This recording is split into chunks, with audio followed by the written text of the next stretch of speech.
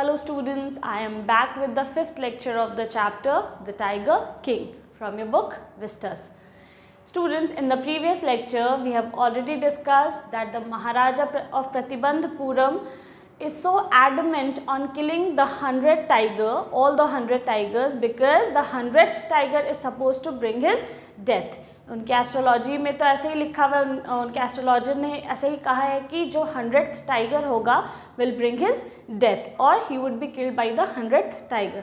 So it seems that there is no other matters in his life, there are no other works in his life. उनकी ज़िंदगी में और कुछ बचा ही नहीं है. He is only focused on killing tigers. सिर्फ उनकी ज़िंदगी में एक ही एम बचा है.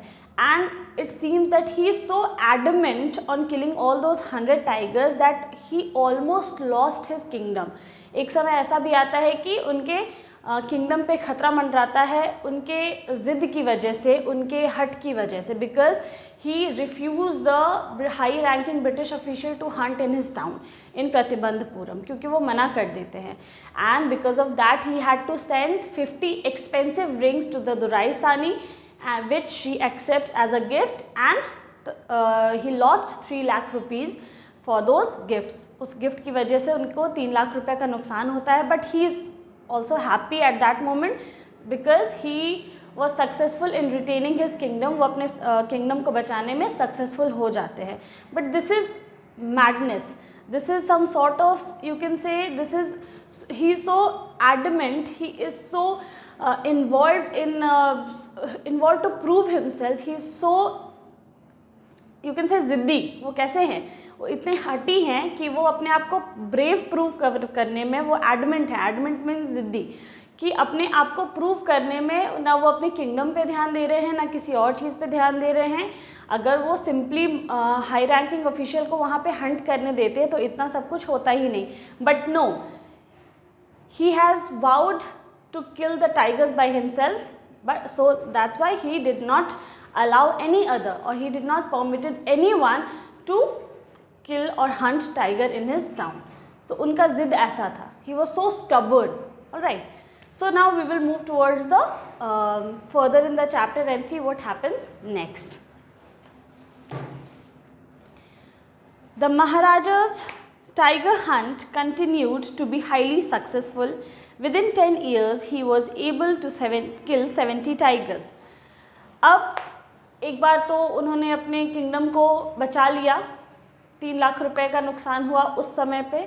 उसके बाद काफ़ी दिन बीत गए, समय चलता गया. एक समय ऐसा था कि वो बहुत सक्सेसफुली अपने टाइगर हंट में अपना अच्छा कर रहे थे. I mean, वो 70 टाइगर्स को मारने में सफल होते हैं. उनका टारगेट जो है 100 टाइगर्स मारने का, उसमें वो 70 टाइगर्स तक पहुंच चुके हैं.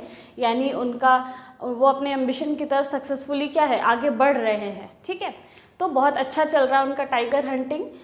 10 साल बीत गए. 10 साल में उन्होंने 70 टाइगर्स मार दिए हैं. ठीक है.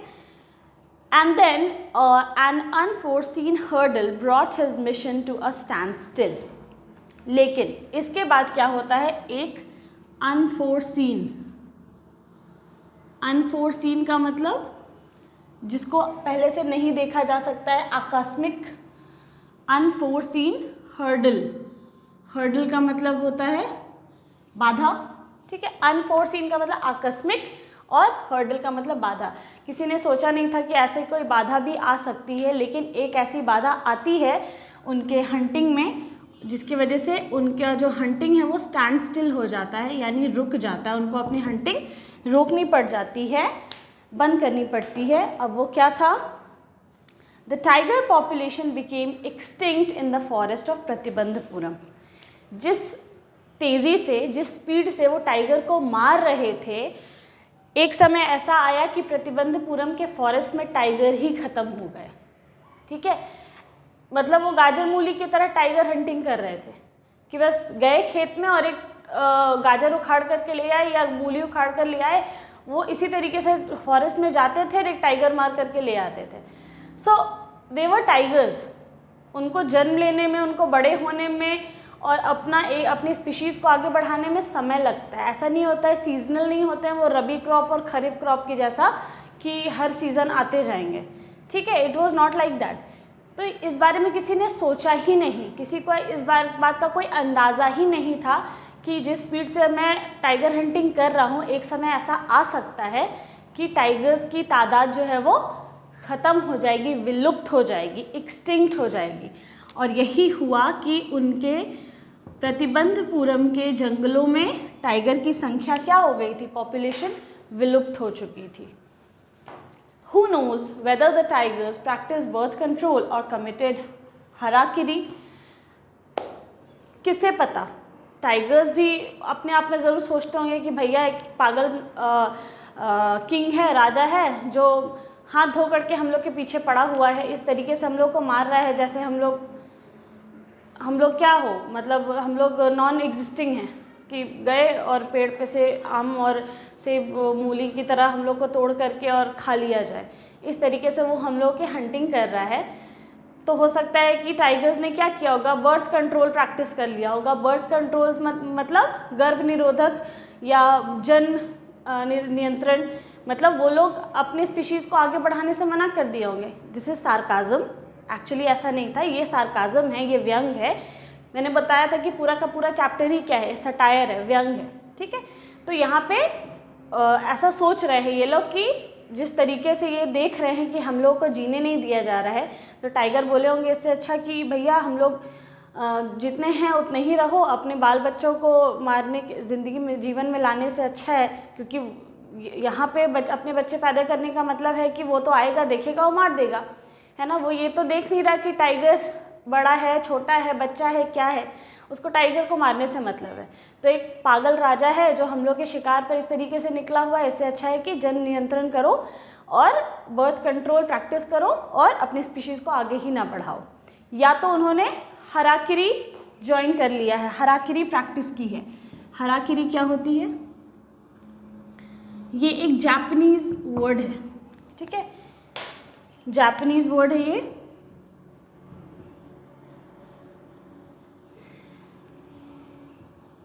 जिसका मतलब होता है सुसाइड, कमिटिंग सुसाइड, ठीक है, रिचुअल सुसाइड। जैसे यूथनेशिया आपने पता नहीं सुना होगा या नहीं। यूथनेशिया और हराकिरी जापानीज़ वर्ड है, जिसमें क्या होता है कि लोग कोर्ट से अपना डेथ सेंटेंस साइन करवा के लाते हैं, परमिशन लेते हैं कि मैं आत्महत्या कर सकता हूँ कि नहीं, और फिर पूरे रिचुअल के साथ वो आत्महत्या करते हैं। जापान में ऐसा होता है, ठीक है। वैसे ही यहाँ पे यूथनेशिया होता है, इंडिया में अभी उसको अलाउ नहीं किया गया है। बहुत सारे कंट्रीज़ में यूथनेशिया है जिसमें आत्महत्या ही होती है, लेकिन आत्महत्या में ऐसे नहीं कि मतलब बिना किसी को बताए, वो होता है कि अपनी जान वो डॉक्टर उसको साइन करता है, डॉक्टर, और कोर्ट से उसके लिए ऑर्डर लिया जाता है, जिसके बॉडी में बहुत ज़्यादा तकलीफ़ होती है, तो उनको ये अलाउ किया जाए कि वो अपनी मृत्यु खुद डिसाइड करे। उनको पता होना चाहिए कि वो नहीं जीना चाहते हैं, तो उनको अलाउ किया जाए कि वो अपने आप को अपना जीवन अंत कर ले, ठीक है। तो उसको यूथनेशिया कहते हैं, उसी का जापानीज़ वर्ड है हराकिरी। तो रिचुअल सुसाइड होता है ये, ठीक है। तो यहाँ पे मजाक में, सरकाज़म में ये बोला गया है कि हो सकता है कि जिस तादाद में देख रहे हैं कि जिस तरीके से हम लोग को मारा जा रहा है, हम लोग की हंटिंग की जा रही है, तो हो सकता है टाइगर्स भी हराकिरी करने लगे होंगे, है ना, रिचुअल सुसाइड करने लगे होंगे कि भैया अब उसके हाथों मरने से अच्छा है, बुलेट शॉट से मरने से अच्छा है कि हम आत्महत्या कर लेते हैं, ठीक है। तो यहाँ पे सार्काज़म किया जा रहा है कि या तो जो टाइगर्स है, या तो उन्होंने बर्थ कंट्रोल प्रैक्टिस कर लिया है, या तो हराकिरी प्रैक्टिस कर लिया है, ठीक है। ये दोनों चीज़ों में से कोई एक ऐसा हुआ है जिसकी वजह से टाइगर का पॉपुलेशन ख़त्म हो गया। लेकिन ये बेवकूफ़ ये नहीं समझ रहा है कि उसके हंटिंग की वजह से टाइगर्स का पॉपुलेशन ख़त्म हो रहा है। नाउअडेज़ आप टाइगर प्रोजेक्ट इंडिया में बहुत ज़्यादा ज़ोरों शोरों से चलाया जा रहा था, तो फ़िलहाल तो जा कर के इंडिया का टाइगर पॉपुलेशन फिर भी 2900 समथिंग पहुंचा है, तो दैट इज़ स्टेबल। एक समय ऐसा था कि इंडिया में सिर्फ 200 या 400 टाइगर बचे थे और एक्सटिंक्ट, ऑलमोस्ट वो डेंजरस स्पीशीज़ में आ गए थे, है ना, कि हाँ, हो सकता था कि हमारे आने वाले जनरेशन टाइगर्स देख भी नहीं पाते। तो पूरे वर्ल्ड का 70% टाइगर जो है वो इंडिया में है फ़िलहाल। So this is a good thing. So we are preserving tigers and this is a very proud thing for India. But Pratibandapuram के जो राजा थे, उनके जैसे इंसान को ये बात नहीं समझ में आ रही थी। Anyway, or simply ran away from the state because they desired to be shot by British hands alone। तो यहाँ पे महाराजा बोलते हैं कि या तो जो टाइगर्स हैं उन्होंने बर्थ कंट्रोल कर लिया है, या तो वो हराकिरी प्रैक्टिस कर रहे हैं, या तो स्टेट्स छोड़ करके भागे, राज्य को छोड़ करके भाग गए हैं कि भैया राजा से मरने से अच्छा है कि हम लोग ब्रिटिश के हाथों मारे जाएं। ठीक है, वो ये मजाक कर रहे हैं क्योंकि बाहर भी तो ब्रिटिश ऑफिशियल जो हैं उनको भी हंटिंग पसंद है, तो वो ये सार्काज़म में ये बात बोल रहा है, व्यंग करके ये बात बोल रहे हैं कि उसको वो लोग स्टेट छोड़ करके चले गए होंगे कि इसके हाथों मरने से वो अपने आप को बहुत बहादुर दिखा रहे हैं कि हम बहुत क्रूअल हैं, कि हम जिस तरीके से एक बार देखते हैं और टाइगर को मार देते हैं तो इसके हाथों मरने से ज़्यादा अच्छा है कि ब्रिटिश ऑफिशियल के हाथों मरे हम। ठीक है, जो कि बहादुरी बिल्कुल भी नहीं है, यहाँ पे व्यंग के अपना ही मजाक वो खुद उड़ा रहे हैं। One day the maharaja sent for the dewan. एक दिन, अब ये तो बहुत बड़ी समस्या हो गई थी ना राज्य में कि टाइगर्स ख़त्म हो गए थे। 70 टाइगर्स उन्होंने मारे थे, लेकिन अभी भी 30 टाइगर्स मारने बाकी थे, और 30 टाइगर कम थोड़ी होते हैं। तो ये बहुत बड़ी समस्या आ गई थी। तो महाराजा बैठे हुए हैं, उनको कुछ काम धाम समझ में नहीं आ रहा है करे क्या, क्योंकि उनके जीवन का तो एकमात्र लक्ष्य यही बच गया था, टाइगर्स मारना। जब तक वो 100 टाइगर ना मार ले, उस 100th टाइगर को जब तक वो ना मार ले, तब तक वो दूसरे काम को हैंडल नहीं करेंगे, अपने राज्य का कोई और समस्या या कोई मैटर को वो हैंडल नहीं करेंगे। ये इस चीज़ की उन्होंने कसम खाई थी। तो उनको अपने लक्ष्य के ओर आगे बढ़ना था, तो इसके लिए कुछ ना कुछ तो करना था। तो वो दीवान साहब को बुलावा भेजते हैं। दीवान यानी कि उनके मिनिस्टर या उनके जो कागज़ पत्तर और ये सारी चीज़ें रिलेटेड चीज़ें संभालते हैं, उनको दीवान, मिनिस्टर या ऐसे मंत्री बोलते हैं। ठीक है, तो वो अपने दीवान साहब को बुलावा भेजते हैं। दीवान साहब, aren't you aware of the fact that 30 tigers still remain to be shot down by his gun of mine, by this gun of mine? तो दीवान साहब को ऐसे धमकी वाले टोन में, डराने वाले टोन में बोलते हैं, दीवान साहब एक बात बताइए, क्या आपको पता नहीं है कि अभी भी उनके हाथ में उन्होंने गन पकड़ी हुई है अपनी, जिस गन से वो हंटिंग करते हैं, और कहते हैं कि इस तरीके से अपने गन को चमकाते हुए कहते हैं कि दीवान साहब एक बात बताइए कि आपको पता नहीं है कि अभी भी इस गन से 30 और टाइगर्स को मारना बाकी है? Aren't you aware? क्या आपको इस बात का कोई अंदाज़ा है कि नहीं? ऑफ द फैक्ट, इस सच्चाई का, दैट 30 टाइगर्स स्टिल रिमेन, अभी भी 30 टाइगर्स बचे हुए हैं, टू बी शॉट डाउन, इस गन से मारे जाने अभी भी बाकी हैं। He asked brandishing the gun. Brandishing का मतलब होता है चमकाना या थ्रेटन, धमकी के किसी को की तरफ गन को दिखाते हुए, उसको मार नहीं रहे हैं लेकिन ऐसा दिखावा कर रहे हैं कि गलती से गन चल भी सकती है। अगर तुम टाइगर नहीं लाओगे तो ये गन तुम्हारी तरफ चल भी सकती है, अगला निशाना तुम ही होगे। तो उसको चमकाते हुए और धमकाते हुए, दोनों चीज़ें वो साथ में कर रहे थे। That is called brandishing.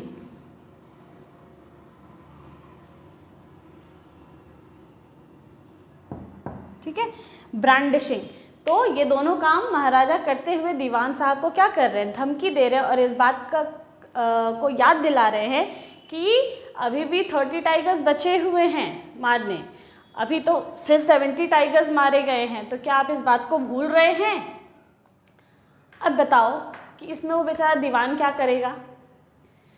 जब तुम्हारे शहर में ही, तुम्हारे गांव में ही, तुम्हारे फॉरेस्ट में ही टाइगर्स ख़त्म हो गए हैं, तो उसमें दीवान क्या करेगा? लेकिन वो यहाँ पे मूर्ख इंसान, वो जो महाराजा हैं, वो इतने बड़े मूर्ख हैं कि अपने पावर का फ़ायदा उठाते हुए उस बेचारे दीवान को क्या कर रहे हैं, धमकी दे रहे हैं कि भैया तुम टाइगर लाओ, नहीं तो अगला तुम ही निशाना हो। ठीक है, so this shows how foolish he is. All right, shuddering at the sight of the gun, the dewan cried out, your majesty, I am not a tiger. और बेचारा दीवान जान रहा है, उसको पता है अच्छे से कि महाराजा सनकी हैं, उनके दिमाग की कोई बत्ती वत्ती इधर उधर हुई तो अगला निशाना मैं ही होऊंगा। तो बेचारा शडर करते हुए, कांपते हुए, shuddering,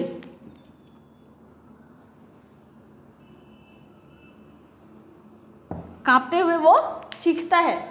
shuddering at the sight of the gun, gun को देख करके वो कांपता है और चीखता है, कहता है योर मैजेस्टी, महाराज, मैं टाइगर नहीं हूँ।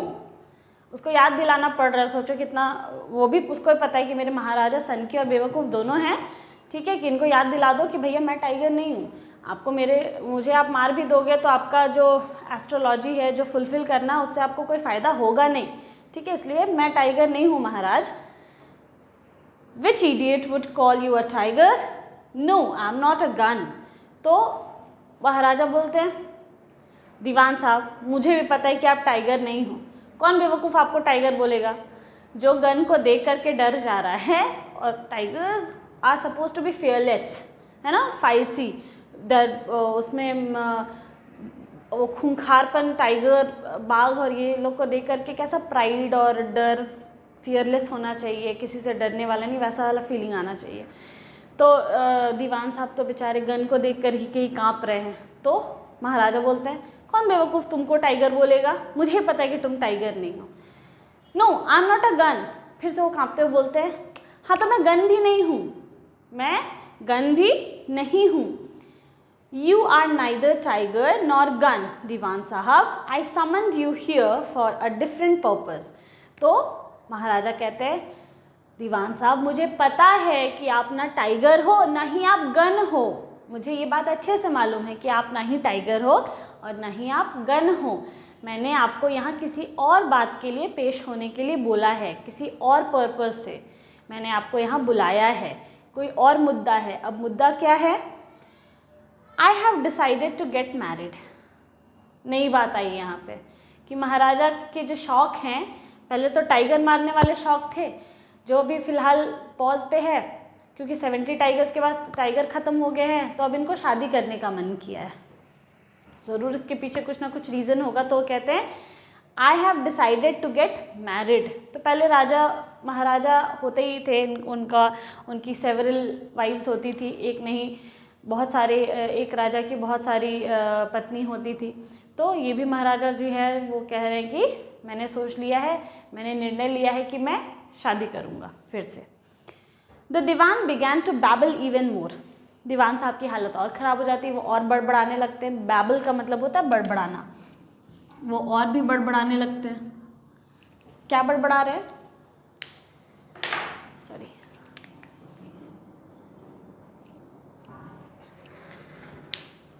Your majesty I have 2 wives already, if I marry you. Dewan Sahab और बेवकूफ़ इंसान वो कहते हैं जैसा महाराजा है वैसे ही दीवान साहब भी हैं। दीवान साहब कह रहे हैं कि महाराजा मेरे पास ऑलरेडी 2 बीवियां हैं, मतलब हमारे दीवान साहब भी कुछ कम नहीं हैं। यहाँ महाराजा तो ऑलरेडी शादी करने की बात कर ही रहे हैं, दीवान साहब की ऑलरेडी 2 बीवियां हैं। तो दीवान साहब कहते हैं कि महाराजा मेरी ऑलरेडी 2 बीवियां हैं, अगर मैंने आपसे शादी कर ली तो, और इतना बोल के रुक जाते हैं। मतलब सोचो बेवकूफ़ी की हद कि उसके दिमाग में ये नहीं आ रहा है कि महाराजा किसी और से शादी करने की बात कर रहा है, उसके दिमाग में ये आ रहा है कि महाराजा दीवान साहब से शादी करने की बात कर रहे हैं, उससे शादी करने की बात कर रहे हैं। Don't talk nonsense, why should I marry you, what I want is a tiger.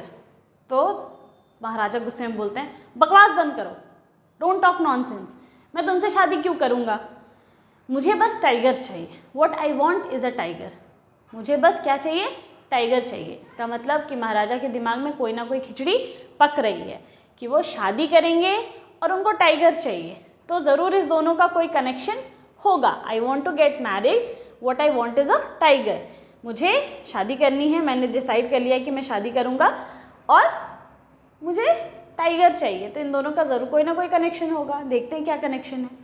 Your majesty please think it over, your ancestors were married to the sword, if you like marry the gun, a tiger king is more than enough for the state, it doesn't need a tiger queen as well। महाराजा कहते हैं, दीवान साहब कहते हैं कि महाराजा please एक बार इस मुद्दे पे और विचार कर लीजिए और सोच लीजिए। आपके पूर्वजों ने, योर एंसेस्टर्स, एंसेस्टर्स का मतलब पूर्वज, आपके एंसेस्टर्स ने तलवार से शादी की थी, आप चाहे तो गन से शादी कर लीजिए ना, ठीक है। पहले प्रथा होती थी कि अगर कोई मांगलिक है, अभी भी बहुत जगह पे होता था कि मांगलिक होते हैं तो लोग पेड़ से शादी करा देते हैं, तो खुट्टे से शादी करा देते हैं, तो किसी भी कुछ चीज़ें होती हैं, रिचुअल्स होते हैं जिससे उनकी शादी करा दी जाती है, सो दैट कोई ख़तरा होता है समथिंग तो वो टल जाता है सॉर्ट ऑफ। तो या राजपूत में आपने वो देखा होगा, व्हाट वाज दैट मूवी, मैं भूल गई, जिसमें कटार से शादी होती है, तलवार से, ठीक है। तो पहले राजपूत रिचुअल्स में ऐसे होता था कि पहले तलवार से शादी कराई जाती थी। तो वही बोलते हैं कि आपके पूर्वजों ने, महाराज आपके पूर्वजों ने तलवार से शादी की है, अगर आपका इतना ही मन कर रहा है शादी करने का तो आप गन से शादी कर लीजिए ना, बंदूक से शादी कर लीजिए। इस किंगडम में ऑलरेडी एक टाइगर किंग है, हम लोग को एक टाइगर क्वीन की ज़रूरत नहीं है। वो हाथ जोड़ करके बेग करते हुए ये बात कह रहा है, दीवान साहब महाराजा से ये बात कह रहे हैं। मतलब दीवान साहब को अभी भी समझ में नहीं आया, दीवान साहब को अब ये लग रहा है कि महाराज पहले तो मेरे से शादी करने की बात कर रहे थे, यानी कि दीवान साहब से शादी करने की बात कर रहे थे। जब उन्होंने बोला बकवास बंद करो, तब अब दीवान साहब को ये लग रहा है कि महाराजा ज़रूर शेरनी से शादी करने की बात कर रहे हैं, क्योंकि उन्होंने बोला था I have decided to get married and what I want is a tiger. तो दीवान साहब का IQ देखो, उनका लेवल IQ का कितना हाई है कि उनको लग रहा है कि पहले वो मेरे से शादी करने वाले थे, मैंने मना कर दिया, तो अब वो टाइग्रेस से शादी करने वाले हैं, एक शेरनी से शादी, बाघ से शादी करने की सोच रहे हैं। नाउ तो वो कहते हैं कि हमारे राज्य में एक टाइगर किंग ऑलरेडी है, हमारे राज्य को एक क्वीन की ज़रूरत नहीं है, टाइग्रेस की ज़रूरत नहीं है, क्वीन टाइगर की ज़रूरत नहीं है, प्लीज़ मत करिएगा ये शादी। The Maharaja gave a loud crack of laughter, और महाराजा ज़ोर से हंस पड़ते हैं ये सुन करके कि भैया किसको रखा है मैंने, ठीक है, मेरे राज्य में सबके सब ऐसे ही हैं। तो इसलिए महाराजा ज़ोर से हंस पड़ते हैं। I am not thinking of marrying either a tiger और a gun but a girl from the ranks of human beings.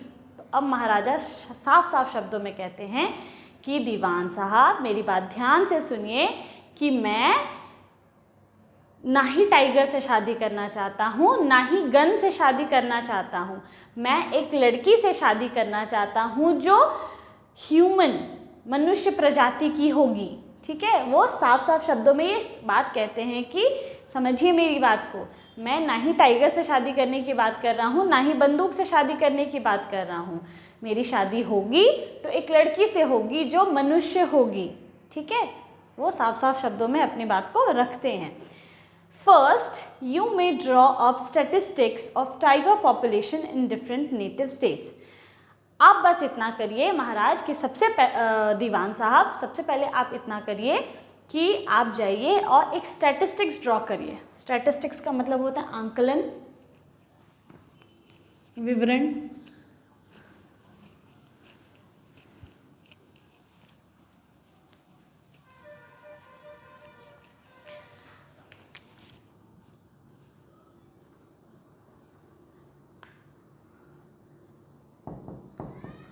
Statistics draw करिए। स्टैटिस्टिक्स क्या होता है?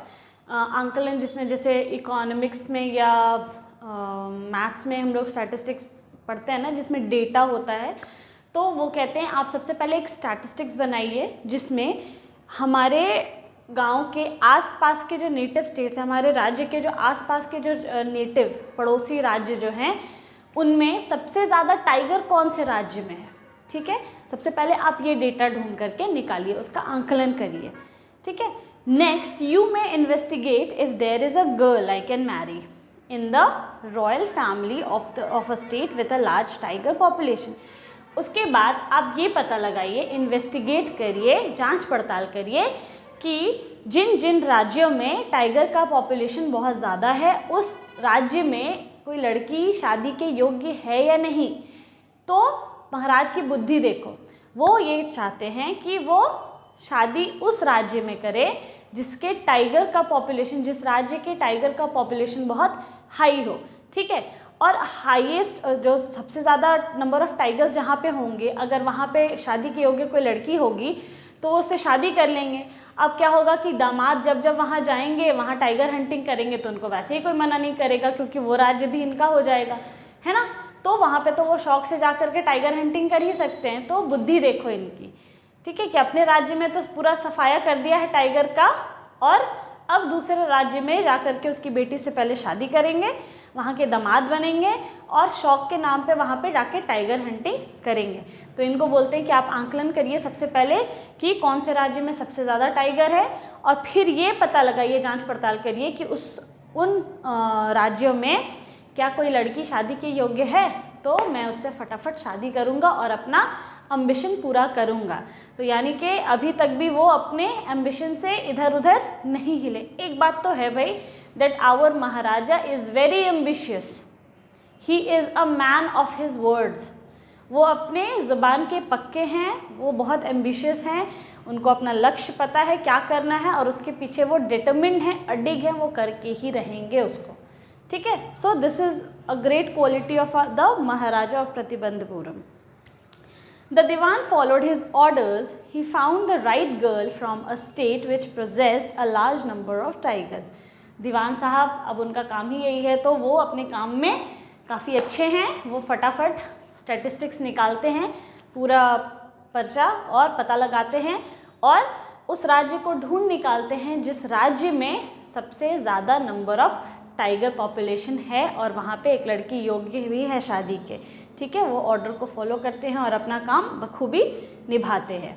महाराजा Jung Bahadur killed 5 or 6 tigers each time he visited his father in law.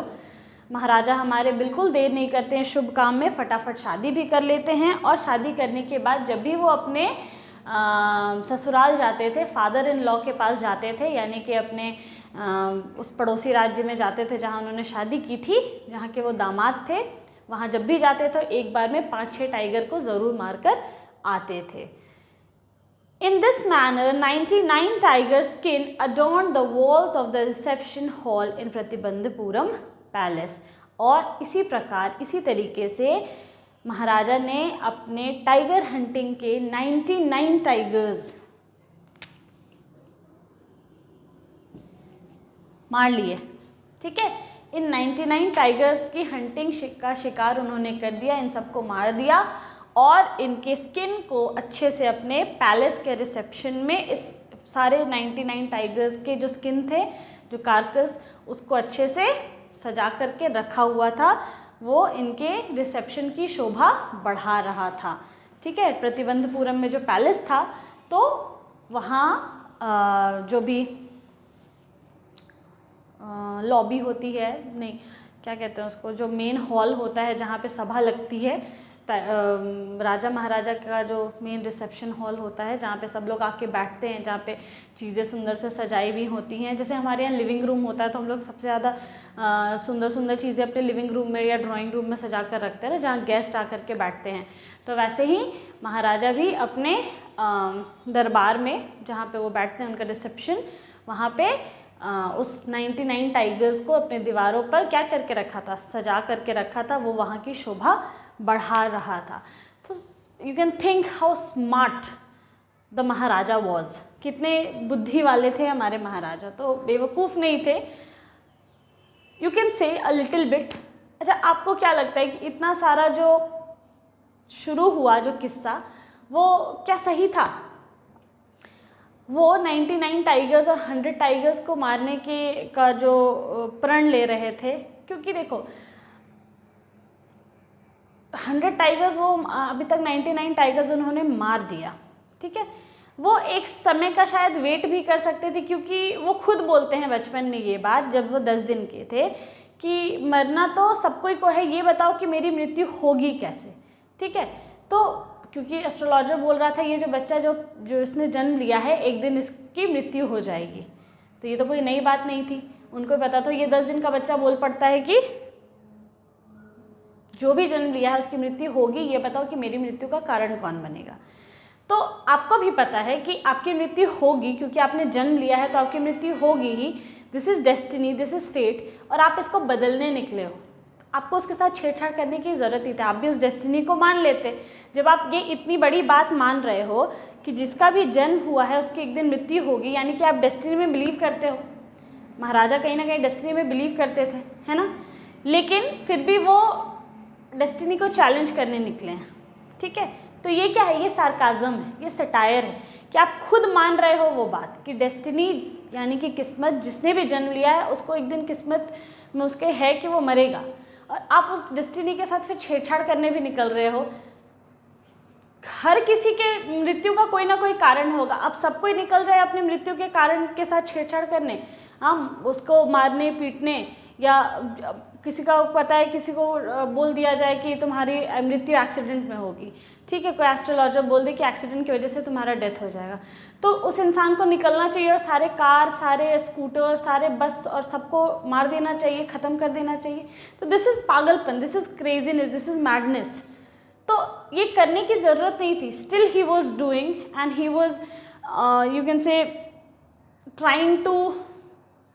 trying to just divert what has been written in his destiny। वो बस क्या करना चाह रहे थे, उस लिखे हुए को मिटाना चाह रहे थे या घुमाना चाह रहे थे, लेकिन डेस्टिनी को मोड़ना, फेट को मोड़ना, that is not an easy task. But till now we have seen that 99 he was able to kill those 99 tigers। इधर तक तो वो अपने लक्ष्य को पूरा करने में अभी तक सफल रहे हैं। What happens, आगे क्या होता है कि वो सच में क्या 100 टाइगर को भी मार डालेंगे और वो उनकी मृत्यु टाइगर से नहीं होगी, तो ये तो बहुत बड़ी बात है ना। तो जो इतना बहादुर है, जो इतना एडमेंट है, ज़िद्दी है, स्टबर्न है, क्या पता वो सच में उसने डेस्टिनी को मोड़ दिया हो या जो किस्मत का लिखा है उसको बदल दिया हो। Let's see what happens in the next lecture. Thank you.